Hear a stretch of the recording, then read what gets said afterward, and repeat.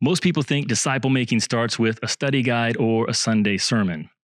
But what if the real starting point is your front door? In today's episode, we sit down with Ryan and Hope Bailey, who didn't just invite people over, they invited them into their home, into their rhythms, and into deep, transformative discipleship.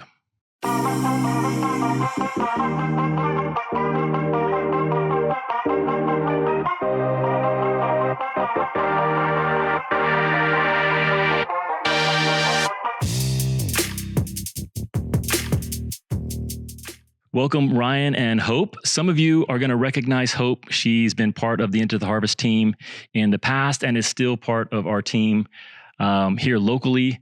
Ryan and I have known each other since 2013, I think. Yeah. Yeah. And so we've been partnering in life and ministry over the past 12 years, which is crazy. But Ryan and Hope are dear friends, and they are people who are very well qualified to talk about our topic today, which is hospitality, and specifically how hospitality really fuels disciple making. And so welcome on to the podcast. Would love to have you guys just introduce yourselves more and tell us a little bit about your life and ministry. Yeah, glad to be here. And I'm Ryan Bailey, and we work in full-time ministry with the military. So we work for an organization called Oaks International, and we're here in San Diego trying to bring the gospel to the Navy population specifically, and bring them into community and help disciple them and teach them how to faithfully live out as followers of Jesus while they're on active duty and then when they transition out, and hopefully help them transition and transform them into disciple makers, not just followers. I'm Hope, mom of almost 4. We've got one on the way here, due soon.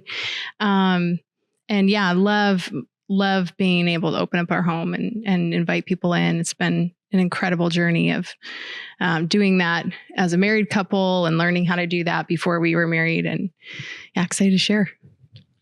We were talking a little bit before we started recording here about you guys opening your home and the role that hospitality plays. Before we dive into that, let me just read these verses out of 2 Timothy chapter 3. John and I were talking about this on the last episode of the podcast, how one of the reasons why we don't see disciples being made in the modern church is we just don't share life. And how shared life really is the mechanism for discipleship. And we need as much overlap in our lives as we can get Monday through Saturday. So if the only time we're seeing people and interacting with them is at official events like a Sunday service or a midweek Bible study, if that's the only setting that we are sharing life with those that we are passing on the faith to, it's just not adequate to pass on everything that we need to as followers of Jesus. And we read this verse last week. I'm going to read it again as a way to start us off here. 2 Timothy chapter 3, verses 10 and 11. The Apostle Paul is speaking to Timothy.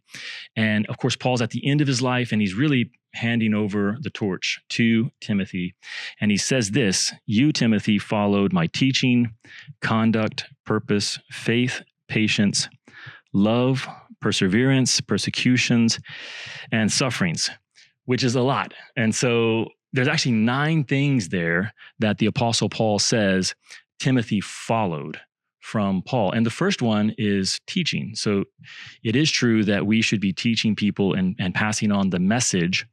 But then there are these 8 other things that Timothy picked up from Paul. And that happened because they shared life. They lived together, they traveled together, they worked alongside one another. And so we're going to talk about how hospitality is really the canvas that enables us to pass on all 9 of these traits, and not just teaching, although that's going to be a big part of it. So let me just start at the start. You guys have been married since when? 2017. 2017. So you guys have had a home and a household now for 8 years. And we were talking just a little bit before that. You really, I would say your house has been the base of operations for your ministry and your disciple making.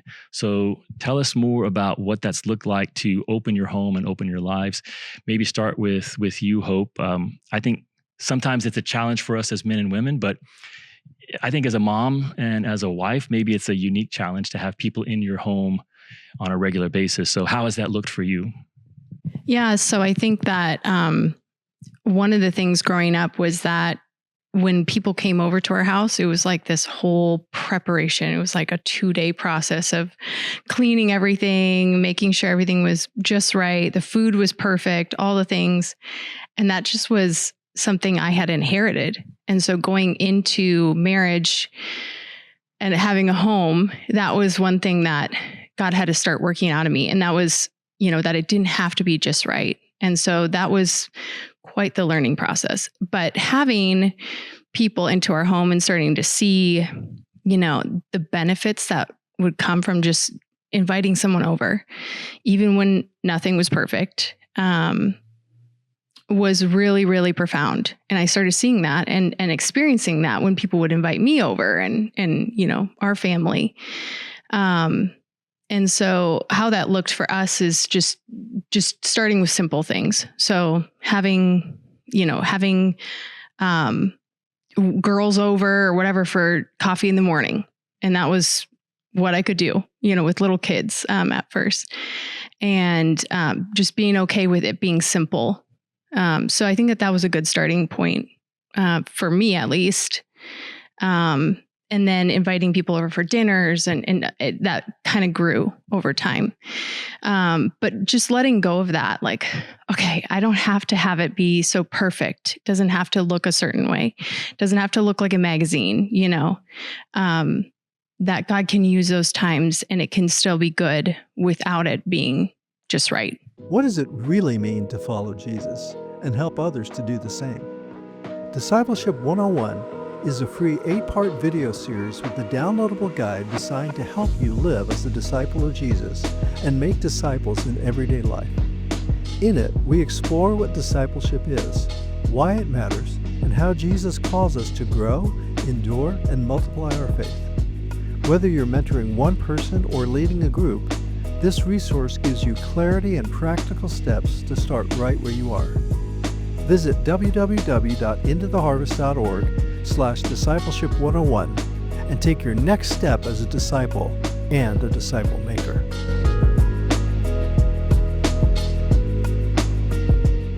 I think that's a huge one. Growing up, our house growing up was that house in the neighborhood. Basically, if something was going down in the neighborhood, it was probably happening at our house. And so I didn't really experience that same maybe hesitation or feeling that it had to be perfect, because that certainly wasn't my experience growing up. But it really was for Cindy. In fact, her family almost never had people over. And I think that was a big part of it, was that they, for whatever reason, they just didn't feel like the house was clean enough or in good enough condition. And so for her, as we've lived life and made disciples and really tried to practice hospitality, that's been a big challenge for her that we've had to grow in. Ryan, how about you? What is it that communicated the importance of hospitality and made you want to practice it? Yeah, I grew up similar to you. If there was something happening socially amongst our friends group, it was majority of the time was probably being hosted by us and my family. We loved having people over. My parents always were having barbecues and just cooking meals and having a good time. But I think what really changed my perspective radically, which actually was part of just coming to know the Lord, was I didn't grow up Christian, but then some guy at church invited me to come to a men's retreat. And when I got up there, he number one, he invited me. I didn't know him, so I was a stranger to him. So it reminds me of Leviticus 19:18, and God commands the Israelites to love, show hospitality towards the stranger and the sojourner and the foreigner. And I was a foreigner in the church. I was just seeking. I didn't know the Lord, but I was trying to figure it out. And some guy who I didn't know invited me to go to a men's retreat. And then he paid for me to go. So he sacrificed finances to make that happen. And then he picked me up and brought me. And then when I got there, what I saw was not just an event or a gathering and some fun and some food, but there was intentionality as a main ingredient of it. And I saw I saw Christians for the first time almost like pull back the veil that I couldn't really see on a Sunday morning service. Like there's lots of good things that happen on Sunday mornings and at Bible studies, but the veil really gets pulled back when you get into more intimate environments, whether it's in the home or at like you're away for 3 days with the people. And so when I saw a bunch of men from the community loving each other and praying for one another and talking about their struggles and having fun and laughing and eating meals and fellowshipping and just spending quality time and praying over one another and the word being taught and word being preached and talking about practically how to live that out. I was like, this is a whole nother intentional element that I've never seen when humans get together. So that was a big impact on me. One thing I love about hospitality is that it really is, I think, primarily informal. I think that's what we're aiming for, is that we're not really trying to put on a show or put on an event when we invite people into our homes and into our lives. We really are wanting to share life. And you guys have had people live in your home. You have people living in your home right now, specifically for discipleship. These are young men that you are investing in and you're discipling. And you guys have done that over the past, your entire marriage, really. I mean, tell me a little bit about that. What has it meant for you guys to have people in the home? And you guys have been married for 8 years. So of those 8 years, how much of that have you had people living with you? And do you take breaks, or what does it look like? Yeah. So we had the first year of marriage just to ourselves. And that was a really good, boundary for us. We wanted to start right away, but I think that was really good for us to start, just making our own rhythms, that kind of thing. And then the first person that we invited in was at that year mark, I think. And it was a young lady that was a part of our ministry. And that was a learning experience for sure. But it was really amazing how much it was like almost instantly we knew that this was like so important, and we were starting to see fruit from it. And the growth, like the mutual growth that was happening. So she lived with us for about a year. So that's kind of how it started for us. Yeah. Yeah. And then after that, she moved out and moved on to bigger and better things and got married. And we invited, which, is part of the goal of, getting them in and maybe finding someone for them or helping them through that process. But then we had another girl move in with us, and she lived with us for a couple of years, right? Couple years. And then after that, we decided, I really wanted to move some guys in, or a guy in. And so Brian moved into the house, and he was with us for a couple of years, and we got to just do life and ministry with him. And he was very integrated in our life, but also the military ministry, which was just a huge blessing to labor alongside people and live in the same household. And then we got to watch him go through the process of meeting Sage and getting married and moving out. So that was an amazing process. So, and then just where we're at currently is we leveled up, and now we have 2 guys living with us in our small 3-bedroom house. So, you make sacrifices for these things too. Like there is no such thing as hospitality without sacrifice, and without cost. I mean, there's a financial cost to it. Your grocery bill is going to go significantly up, and you got to be willing to spend that for the kingdom. And your privacy and your time alone is going to go significantly down. But the benefit of that far outweighs the advantage of having so much alone time. So we have 2 guys, Phil and Trey, living with us now, and they are incredible. And our kids have loved all these people, and all these people have loved our children. And our kids have seen other people living out their faith very actively and passionately, not just us.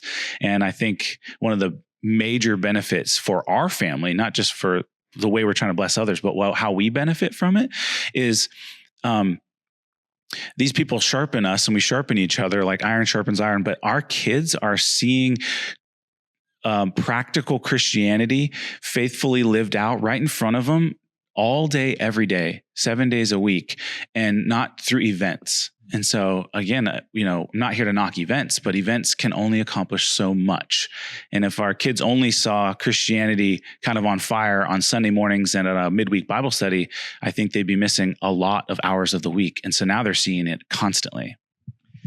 Yeah, and we're kind of starting off here with the deep cut. We're talking about people living with you. For a lot of folks who are listening or watching this episode, that we might have just totally blown their minds, because it's very unusual. It's not a normal thing in the church to have people living with you purposefully to pass on the faith and to make disciples. We've done that over the years. You guys have done that. I don't know. I want to make it clear to folks that I don't think that that's the standard. I think that that's a very meaningful way to pass on your life and your faith and to share life with the next generation if you're able to do that. One of our heroes of the faith, who's now gone on to be with the Lord, Jim Downing, he once shared with me his analogy of moving someone into your home to live with you for discipleship training. He described it as having an organ transplant surgery, where you remove, I don't know, a kidney, and then someone donates a kidney and you put it in. And his point with that was that some bodies are able to have a surgery like that, where a foreign organ is added into the natural body and are able to accept it and thrive. And other bodies they will reject the organ. It doesn't work. And so that was his picture of having people live with you, that God's design is for the family. The nuclear family is what is normative. And some families are able to invite in and absorb outsiders and thrive, and others are not. So I want to make sure folks understand that this isn't the default. This isn't the expectation that if you don't have people live with you, then you're something less. Actually, it's unusual or abnormal to have someone live with you. Having said that, it's a beautiful way to open your life and open your home, and it's a powerful way to make disciples. And we've had people live with us over the years, all throughout our children's childhoods. Our kids now range in age from 29 down to 19, so they're all pretty much out on their own. But throughout their years growing up, they got to see, like you guys are describing, people come through the home who, it was great for us as parents, because there's always that parent-child dynamic where, yes, you have faith and you're teaching your children, but part of that is the child, your mom, your dad, when they see someone who's in between, like younger than their parents, not too much older than them, who is following Jesus and learning, in some ways, that's a very powerful force for our children as well. And of course, the people who are living with you, they're seeing a marriage, they're seeing parenting, they're seeing the challenges and how you're trying to faithfully follow Jesus without knowing all the answers. So how has, well, I'll just let you guys, if there's anything you want to add to that and from your own experience over the past 8 years. Yeah, I just want to echo the truth of that. On the way here, we were just talking about how it's an amazing paradigm dynamic if you're able to move people into your home. You're gonna get to generational disciple making, I think, maybe a little more quickly. Or a little bit easier. Maybe easier is not the right term, but you can accelerate the growth process in the more time that you overlap with people you're investing in. I think you get there quicker. But looking to like our model for life in Jesus, like John's disciples came to him and asked him, teacher, where are you staying? And he said, come and see. Like, he didn't even have a home. So Jesus is the actual blueprint for our lives. He didn't have a home. Clearly that's a blessing. And I think it's a force multiplier, not a necessity. So you don't even have to have your own home. Maybe like a lot of people we're ministering to are in the Navy, and they live, on a small little 3-high rack on a ship. Like they're not hosting people in their house and cooking meals. And so Jesus was clearly able to find a way to live out the commands of hospitality that you see in the New Testament perfectly without having a house permanent structure.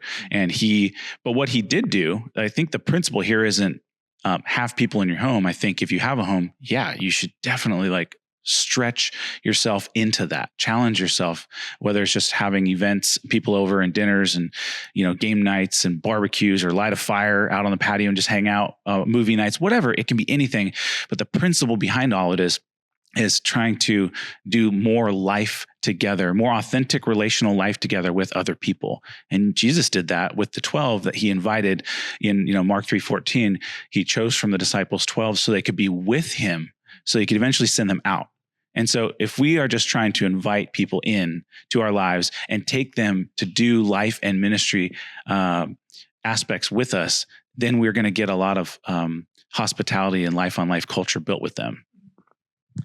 Yeah. Hope, do you have any other thoughts about just having people in the home and how some of the unique challenges that presents, or some of the opportunities that it provides, specifically folks who have lived with you and they're there day in and day out? Yeah, I think that there's so many things, but I think that the biggest thing is that it becomes kind of like what Ryan said, like it's a lordship principle. So I think that once you open up your home, you recognize that, okay, this is a gift from God. So whatever I have belongs to him.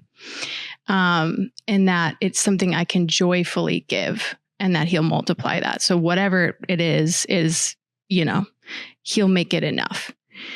But I will say that, just echoing what Ryan said about our kids, I think that that's been a big thing for us, just very encouraging. I feel like I'm like getting emotional thinking about it, because, our kids have had so many deep conversations with the people that have been in our home in different stages of life. And why are you doing this? Or, you read your Bible a lot.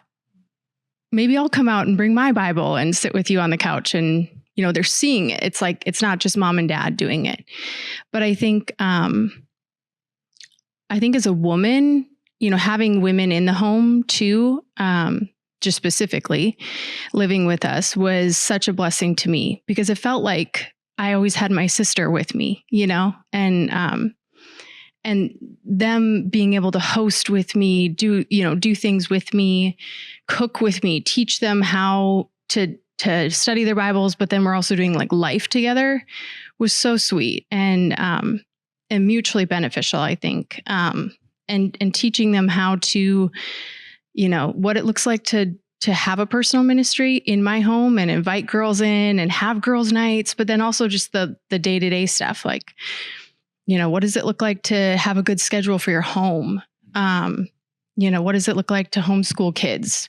What does it look like to have your own personal time in the morning with Jesus when you have kids or when you're married, So I think that was really, really huge for me, especially as women were in the home.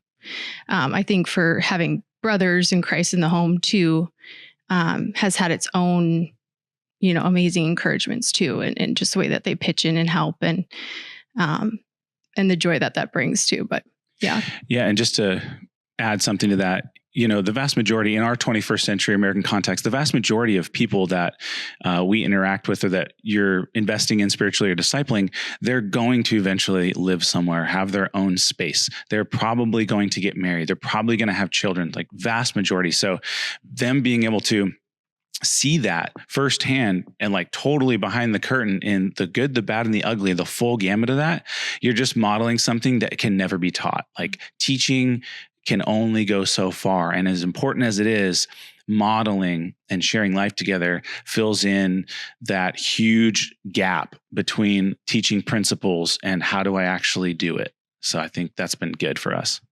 Yeah, well, I want folks to know this is going to be, we're having a conversation about hospitality, which is not synonymous with move someone in to live with you. So we are going to talk about hospitality more broadly, because again, some of you don't have a home that you can invite people into, or perhaps you're in a season of life or your family dynamics are such that having someone live with you is not the way that you're going to practice hospitality. We're still called to practice hospitality, all of us, like even if you are living on that bunk on a ship there's a way to be hospitable, and we're going to get into that. But before we move on from this idea of having people live in your home, I had two things that I wanted to ask you guys to speak to. So the first, they're somewhat related. The first is, how do you set boundaries? Because yes, you're inviting someone into your home, but you still have a marriage. You're raising children. So what are some of the boundaries that you guys have learned to put in place, and how does that look when you have people living with you? So just as an example, if someone living with you, one of the young men or young women, sees your child doing something that they know they shouldn't do, what's the boundary that you guys set in terms of who gives correction? Like, you know what I'm saying? Like, what boundaries have you guys had to put into place? Yeah, that's good. In terms just on the correction thing, people are going to pick up how you live and how you operate as a parent, and they're going to try to copy it, and that's okay. And what I've noticed with people living with us is they see how we correct and course correct our kids when they're misbehaving. And so they'll automatically all of a sudden start seeing those things. And then we might be in the room and they'll start correcting. And so sometimes you have to, step aside and just be like, hey, I love that you're trying to help correct our kids, but like, if we're available, just let the parents do it. If you're in the room, if we're in the room, just sometimes you're kind of like watching things play out and you're like, I'm going to see where this goes as a parent. And then they correct them and you're like, oh, well, they just short circuited the lesson. But so, hey, if parents are in the room, they don't need you to correct their kids. But we love that. I hear them all the time when we're like distant or in the backyard or on the patio, and, the kids start, fighting or something. And one of them's like, steps in to talk to him about it. And so we're all about that. That's totally fine. In terms of, time boundaries, or just boundaries around the home. Like, we have two other people living with us now, and they have lives and they have friends, they have personal ministries, and they want to have people over to the house and they want to hang out with the guys. Right. And they're single. So they want to hang out probably more than, married couples want to hang out with people. And so, that's great. So there's a lot of ways to do it. There's a million ways to skin the cat, so to speak, but we have a pretty open door policy at our house, and people are just constantly showing up and flowing through, in and out. But we try to make sure we have one day carved out of the week that's like our rest day, and we don't have people over and they don't have people over. So typically it's been like a Monday, and it's like, hey, don't invite anyone over. And if guys call you up or text you like, hey, I'm stopping by after work, just tell them no, or you're free to go and hang out with them outside of the house, and go meet up somewhere. So you kind of got to at least carve some boundaries, whatever your family needs. Right. Yeah, I would just say that has taken us some years of figuring out. Yeah, right. Because I think it starts to evolve into something that you're like, whoa, this is way too much. We're not getting enough time together. Or, being more of an introvert. I'm definitely have a huge threshold, but I can hit my limit maybe quicker than Ryan. And so just communicating that, like, hey, I'm capped. We've had a busy week, or I've had, a lot going on. Can we just call it for, the rest of the week or the weekend? So just being sure that you're talking to each other about that. I think that was a really, that was a good learning curve for us to figure out early on. Yeah, that's great. And let's be honest, most people hit their limit before Ryan in terms of just capacity for activity and interaction. I haven't found it yet, but it's there somewhere. So the other question I wanted to ask that I think is related is, how do you decide who to move in?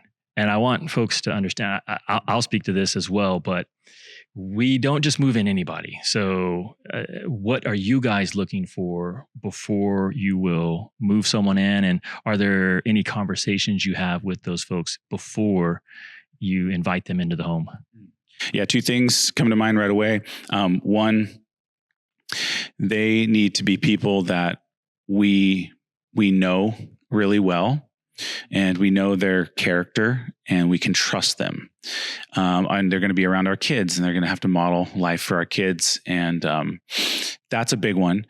Number two, they need to be people that have already shown to be committed to living a life of devotion to Jesus, not just in general, but inside of our lifestyle and our specific ministry context, which is our military ministry. If they're going to be a part of, a bunch of other different things in ministries, like God bless them and that's great, but they're not going to be a good fit for our home because that's just going to be going two different directions. So you have to have the alignment of ministry there. And I think a third one that we learned over time that's better, not that any of our experiences were bad, but I think we kind of went from like good, better to best as we progressed on. And now what we found is what we really want to move in are people who we are clearly investing our lives in and helping them grow spiritually and discipling them and trying to equip them to become disciple makers, and not just someone who's a part of the ministry or a close friend. And that's great too. And that can be a season, but I think we found the best option is someone you are like the most key person or people that you've found recently. Any thoughts from you, Hope, on that? Yeah, I would just say that was one thing that we saw from other people that we were watching before we invited people into our home was what was good. What was good? What were the processes? We were asking questions. And we found that some people we would watch it was more of like a roommate situation. And it was very different from what we wanted. And what we thought that was good for our family and good for them. It's not just a room that you're renting, but you're coming and being a part of our family. Kind of like the organ transplant thing. Like that's a really good example, So they needed to be something that was going to benefit us as a family, and that they understood that we had things to offer and we wanted to impart to them. And just asking them to be committed to that lifestyle.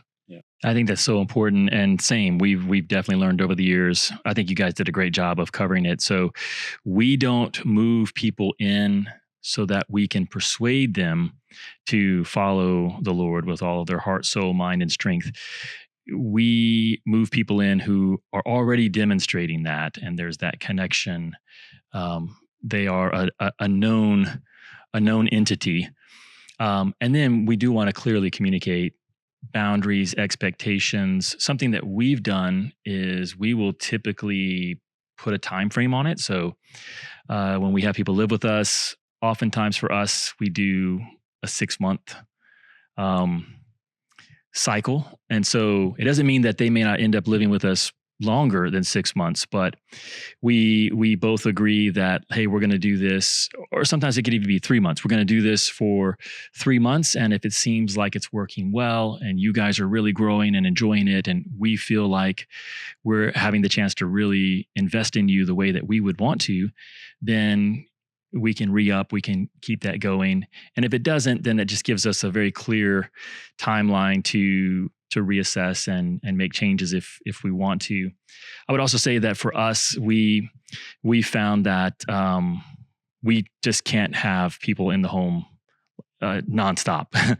So for us, we typically, it would be maybe a year with someone in the home, and then we might take 6 months where as a family, it's just us and we're getting that time and that space. So, well, let's talk about hospitality more broadly, because my guess is that most people watching or listening to this might not ever have someone live in their home and practice hospitality in that way. But what are some principles of hospitality in terms of sharing your life that could include your home? But what are some principles or scriptures that have inspired you to make this really the canvas of your disciple making? Yeah, I think just broadly, Jesus's life, his life was so exposed and open and available to people. As you just cover through the Gospels broadly, you can't miss it. It's just nonstop and open. And so that was a huge part of just developing like the biblical conviction for this is a good thing. Jesus did it for a reason, and I can do it too. And I can find ways to do it. It doesn't have to be exactly like he did or exactly like Andrew or someone else has done. So that's a big one for us. I like Romans 12:13, when it talks about we need to contribute to the needs of the saints and seek to show hospitality. I think it's it's important. Like 1 Timothy 3:2 talks about as an overseer, this is even a requirement. Right. So that's really important. But an overseer must be above reproach, the husband of one wife, sober-minded, self-controlled, respectable, and hospitable. And so I think that was a huge thing for us as ministry leaders. Like, we need to make sure this is a part of our lives and that we're figuring it out. And Titus 1:8 kind of reiterates that, but be hospitable, a lover of good, self-controlled, upright, holy, and disciplined. And 1 Peter 4:9, show hospitality to one another without grumbling. Man.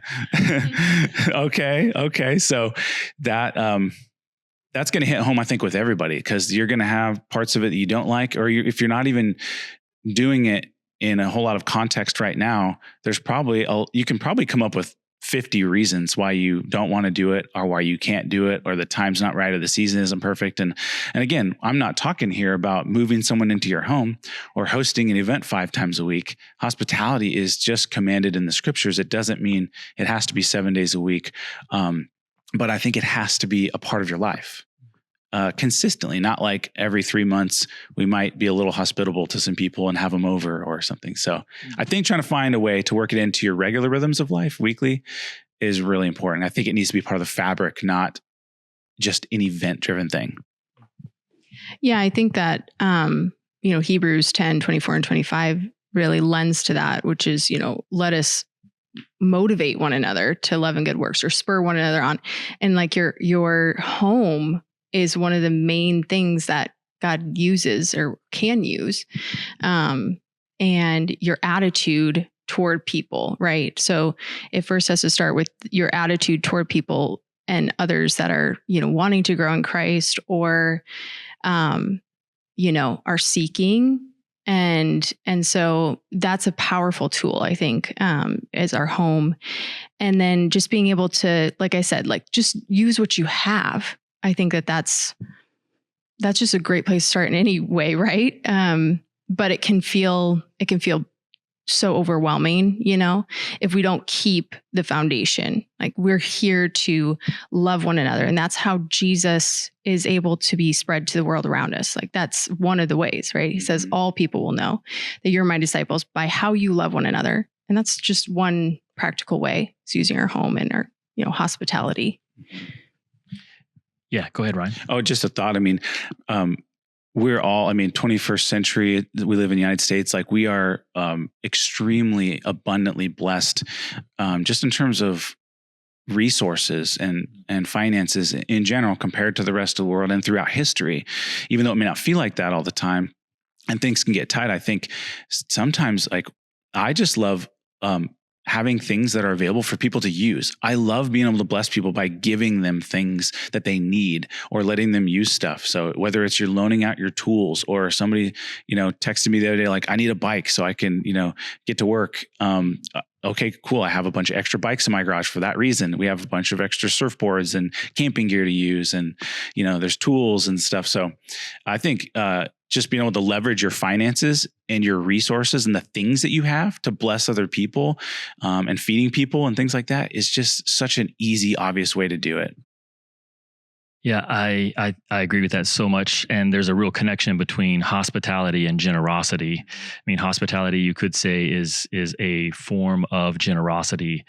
But somewhere in there, the two are actually overlapping. If you're sharing your space, you're sharing material goods that you have, or tools that you have.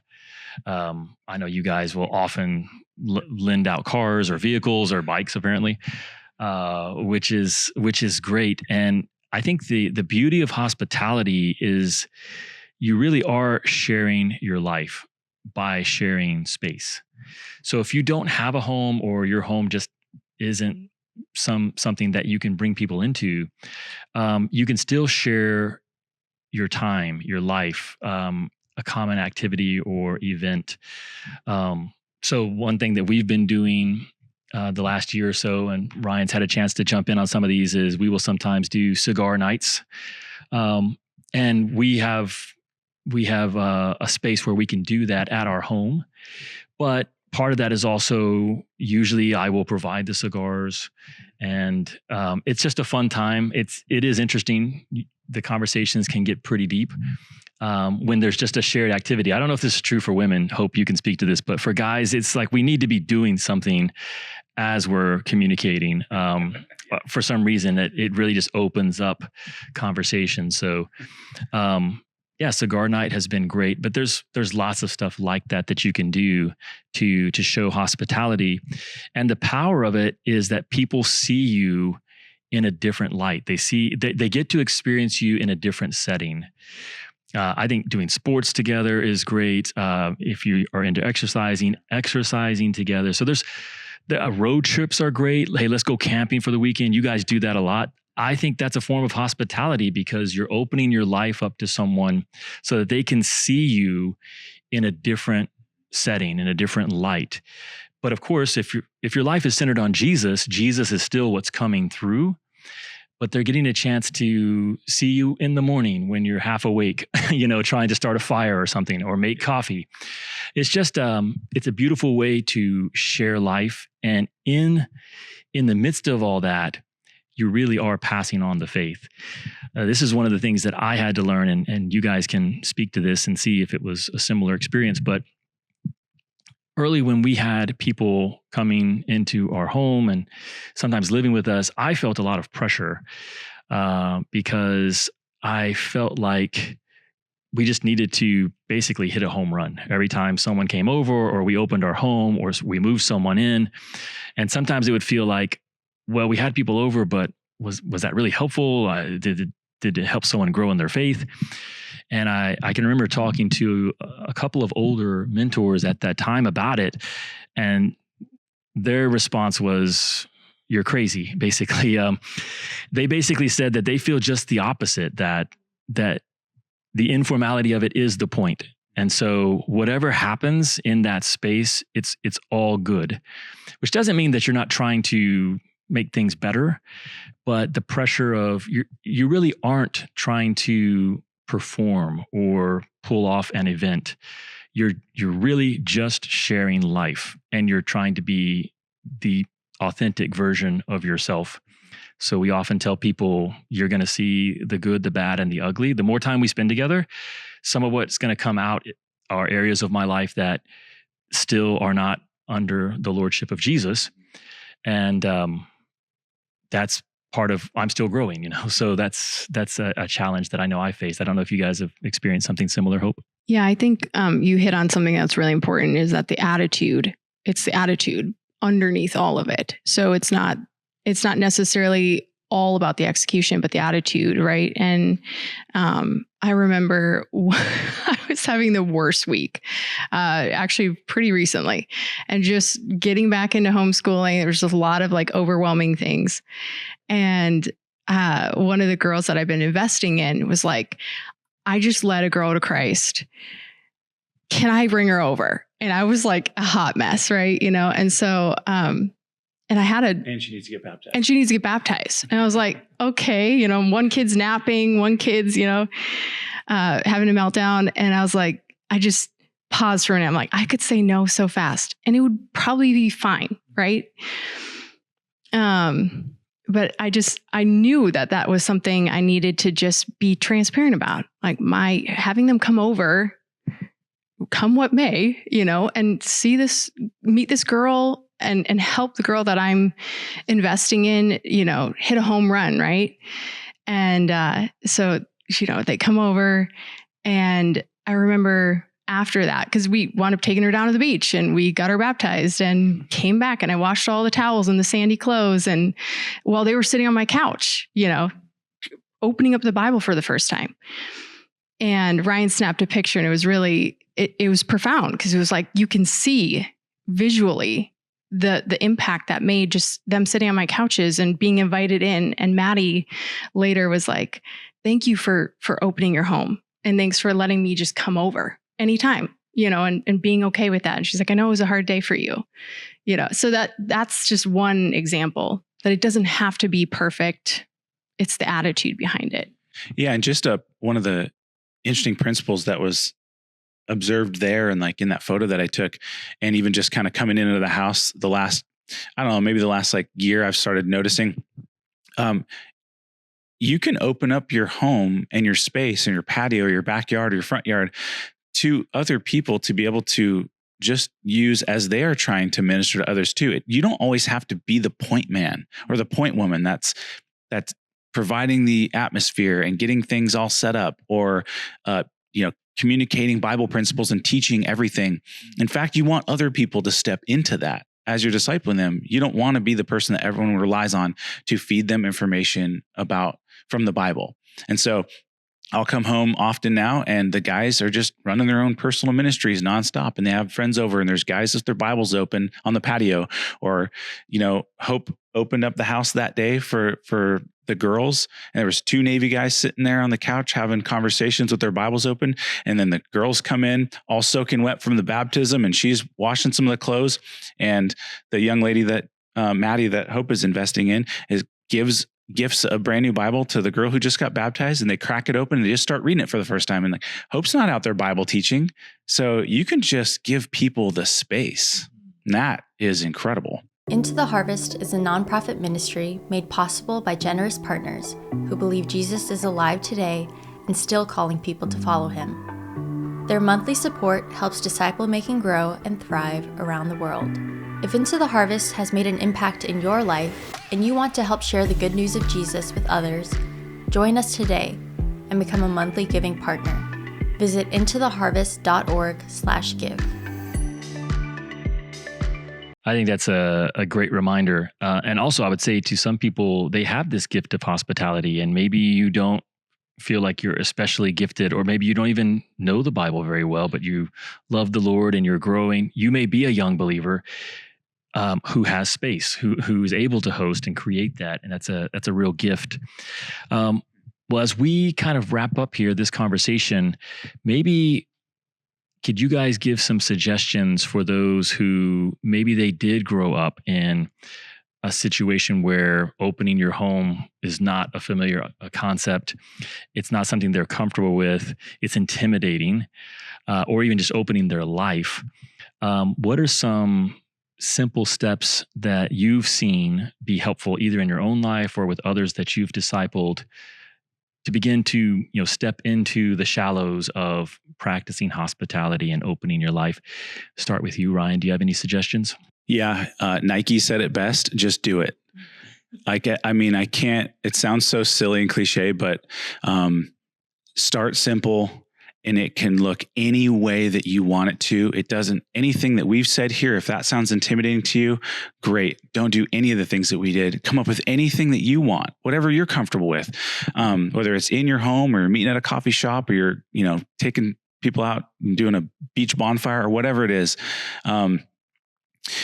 So just start. Like you're just going to always find a million reasons why you can't, or you're tired, or you shouldn't, your house isn't clean, or you're an introvert, or whatever it is. Like you just have to just get the ball rolling, and don't worry about the perfection of it. Like don't miss the people. The people are the purpose, not the presentation. The people are the point. And you're trying to communicate gospel lifestyle and love to people and bless them and build up the body of Christ. You're not trying to present just an atmosphere. Now, I think those are two sides of the same coin. It's okay as you begin being more hospitable to others to start leveling up in your presentation of it. And if you're someone who loves the presentation and you love things to just look just nice, and you love cooking, elaborate meals, like that's incredible. So lay into your giftings and press into that, but just let the build out come over time, but start simple. And you don't have to have 50 people or 30 people over to your house, or go do something outside your house with that many. You can just have 1 or 2. So just get going. Everybody eats 3 times a day. So just eat a meal. And guess what? If you don't like to cook, or you don't know how to cook, you can just order pizza. Like nobody's gonna complain because you fed them free pizza. So that's what I'd say. Just start.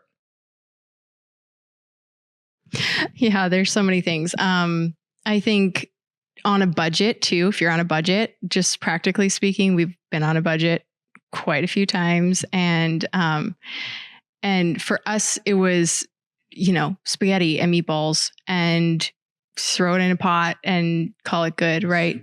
A soup, paper products. Oh my goodness. Like those are my life. And so you just do with what you have. Right. And I think one thing that was really helpful right before we got married, I started having girls over in the morning before we would go to work just to read our Bibles. Right. And, I was working as a nanny and very broke, and all I could offer was coffee. And one of the girls just loved to bake. And so she would bring something she baked, if she had time, and share it. And that was amazing. The times and the conversations that we had were incredible. And it wasn't about what was being served, right? But as that grew, and as I was able to, put out a little bit more, it became a blessing even more to others. So it doesn't have to be something that's, incredibly profound. So spaghetti and meatballs, some garlic bread, pizza, just setting out some chairs, even if you have like the most mismatched chairs and dining set, like just set it out. And I promise you, people being welcomed in your home is going to be more significant than what you're serving. I'm pretty sure, as I'm picturing our dining room right now, we have 3 different types of chairs at our table, and it just looks ridiculous. There's like plastic folding chairs, some random wooden folding chairs, and then 3 of the chairs that came with the table that haven't broken yet. So yeah, it is what it is. And, sometimes, of course, we're very aware of how it feels to us, but sometimes for other people, if it's too nice, people can't relax. They can't really. So there is something to be said for just inviting people into your reality. This is our real world. This is what life looks like for us. That's really what we're talking about. And, hospitality, just to reinforce this, it is the fuel for disciple making. It's that canvas. It's the backdrop. It's going to be really hard to make disciples without practicing hospitality. And so conversely, if you're not really sure how to make disciples, but you love the Lord and you're trying to follow him, just start inviting people into your life, inviting them into your space, inviting them into your activities. That is hospitality, and your faith and the encouragement that will come through that is really, it's going to be a natural outflow of sharing life with others. So any final thoughts from you guys as we wrap up here? I mean, I might just throw out a few. We've probably said them just because maybe people are trying to think of ideas. I mean, they're endless, but things you can do outside your home is like we go out and do beach bonfires. You can meet at the park, and just circle some chairs. Or if you got kids and other people got kids, just set up a little play date. Like moms can set up play dates. Let's take the kids to the park. We'll just sit down in the grass. We'll talk. Bring some tea or some iced tea or something for them. Bless them. I set up pickleball games all the time just to try to gather the guys to build relationships and have fun and blow off steam. I provide paddles. I pay for the courts. I don't mind doing all that. Getting away, going on camping trips, like you said, just going on hikes, go hiking. Honestly, if it doesn't go too extreme, like, I don't play video games, but a lot of young people do. And so one of the Navy guys that I'm investing in right now, he likes to play video games. He's trying to bring his non-Christian roommates and guys living in the barracks around him to just play video games, and they can have conversations about the Lord, intermixed with it. So really the sky's the limit. But just remember, like, people are the point, not the presentation. The event is not the purpose. The event is just an atmosphere so that hospitality can be done through it. Hospitality can only be done from one human to another. It can't be done from an inanimate object to a person. So, but we can, but on the other side of that coin, I would just say that you can really level up your hospitality where it doesn't all of a sudden become too casual and to become just fellowship, just hanging out. You want to have plenty of that. I would say plenty of just casual hanging out and doing things and doing life together. But you don't want to have, if that's your only category of fellowship and hospitality, you want to begin building and thinking through intentionality, intentional hospitality, intentional fellowship. And the way that can begin is just thinking of one thing before you have some people over or you go out to hang with people, go on a hike. one thing that you want to just stir up in conversation that's going to stir people up towards love and good deeds and point people towards Jesus or make them think about it. Ask a good question, bring up a verse, or ask people what they've been reading in the Word, or just if they're non-believers, just ask them what they think about Jesus, or like what they think about anything. So try to add a layer of intentionality to it so it doesn't just become fun and games or hanging out and chilling, around a fire. So, but again, it doesn't have to be all structured. You don't want it to, again, all of a sudden become this pre-planned structured event with a syllabus. So there's a balance there. Yeah. Well, hopefully people are encouraged by this conversation. I think on the positive side, I love your advice to just start. If you can only afford coffee, have coffee, invite people in. So the startup cost is pretty low. Just get started where you're at. But I also love this idea of leveling up. As the more experience and practice you have being hospitable, the more opportunities and the more you're going to learn how to try to steer those conversations towards the Lord and really connect with people and encourage them. So, Ryan, Hope, this has been great. Thank you so much for arranging babysitters so you could come out here and have a conversation with us about hospitality. I really appreciate it. And we'll have to have you guys on again sometime in the future. Thanks. We loved it. Thanks.